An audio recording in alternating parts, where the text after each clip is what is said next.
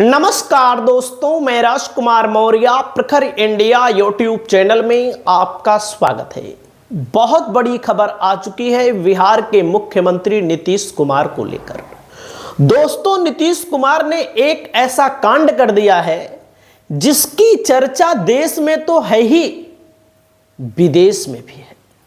और नीतीश कुमार बुरी तरह से फंस चुके हैं, ना इधर के हो रहे हैं ना उधर के हो रहे हैं। अब तो दोस्तों नीतीश कुमार को जेल जाने की नौबत भी आ गई है, यानी कि नीतीश कुमार की कुर्सी खतरे में पड़ गई है। ऐसा क्यों कहा जा रहा है? दोस्तों, इनके ऊपर एक नहीं दर्जनों एफआईआर दर्ज करा दिए गए हैं।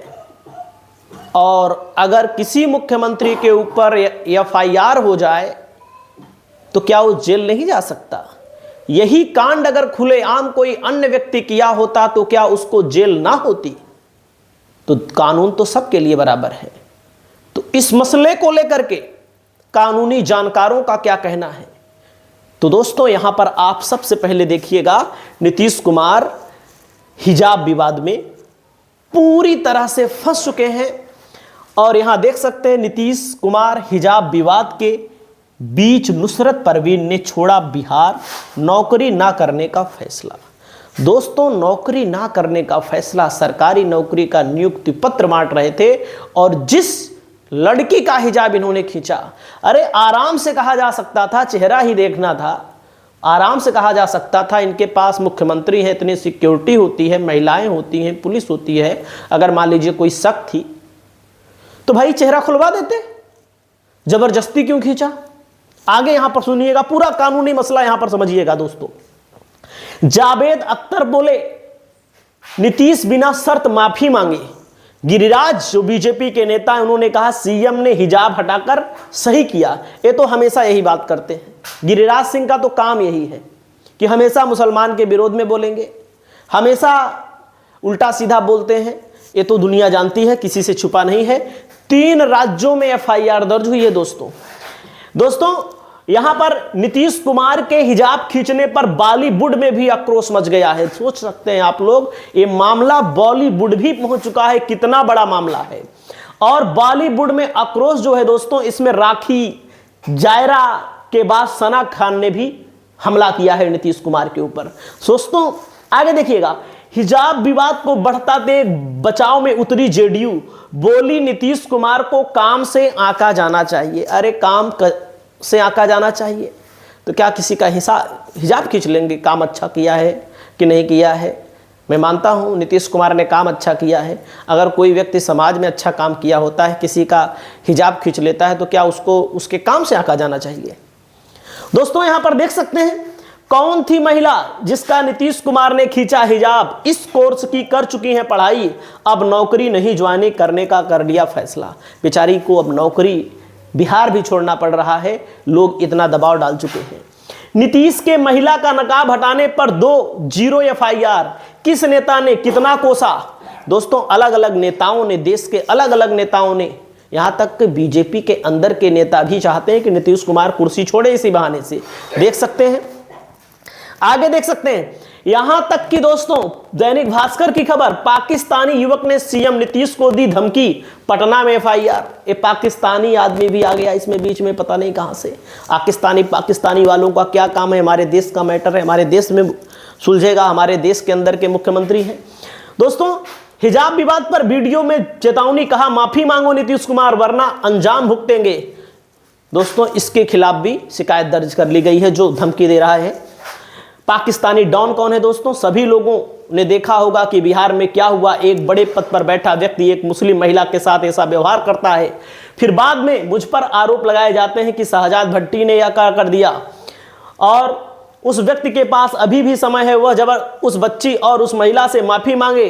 अगर माफी नहीं मांगी तो जिम्मेदार संस्थानों को इस पर कार्यवाही करनी चाहिए। बाद में यह मत कहना चेतावनी नहीं दी गई थी। यही है वो व्यक्ति, शहजाद भट्टी, कुख्यात पाकिस्तानी गैंगस्टर है, दुबई में रहता है, पाकिस्तान के माफिया फारूक खोखर का राइट हैंड है। पाकिस्तान, दुबई, अमेरिका, कनाडा तक आतंकी नेटवर्क इसका है दोस्तों।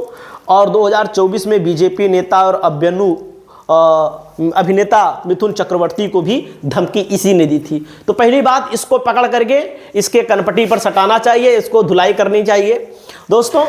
उसके बाद देख सकते हैं भाई, हमारे देश के अंदर का विवाद है, तो क्या धमकी दोगे किसी को, किसी मुख्यमंत्री को धमकी दोगे? ये गलत है, वो भी पाकिस्तान वाला। दोस्तों, हिजाब विवाद में नीतीश पर 3 जगहों पर एफआईआर, क्या सत्ता में रहते हो सकती है सीएम की गिरफ्तारी? इस पर लोग पूछ रहे हैं कि अगर एफआईआर दर्ज हुई है तो क्या सरकार में रहते हुए सीएम की गिरफ्तारी हो सकती है? तो दोस्तों, कानूनी यहां पर मसला देखिएगा, कानूनी नजर में मामला कितना गंभीर है।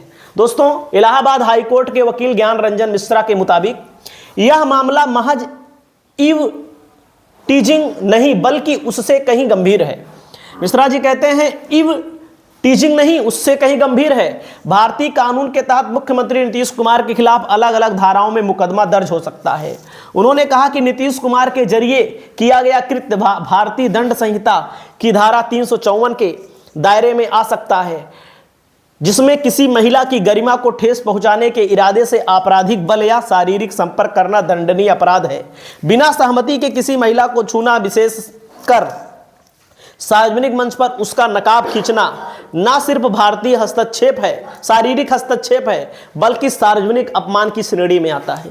तो नीतीश कुमार ने जो काम किया है, जो हिजाब खींचा है, सार्वजनिक अपमान की श्रेणी में आता है, मुकदमा दर्ज हो सकता है 300 धारा 354 के अंतर्गत।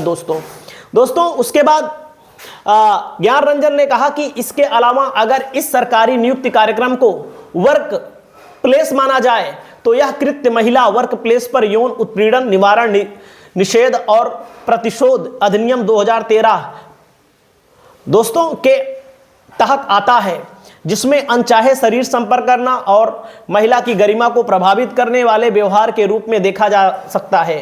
कुछ शिकायतों में आईपीसी की धारा 354A का भी जिक्र किया गया है, क्योंकि मामला एक मुस्लिम महिला की धार्मिक पहचान और नकाब जैसी धार्मिक प्रथा से जुड़ा है। उन्होंने कहा, अगर जांच में यह साबित होता है कि इस कृत्य से सांप्रदायिक भावनाएं भड़काने का तत्व मौजूद था तो यह धारा भी लागू हो सकती है। ज्ञान रंजन का कहना है कि यह घटना कानूनी रूप से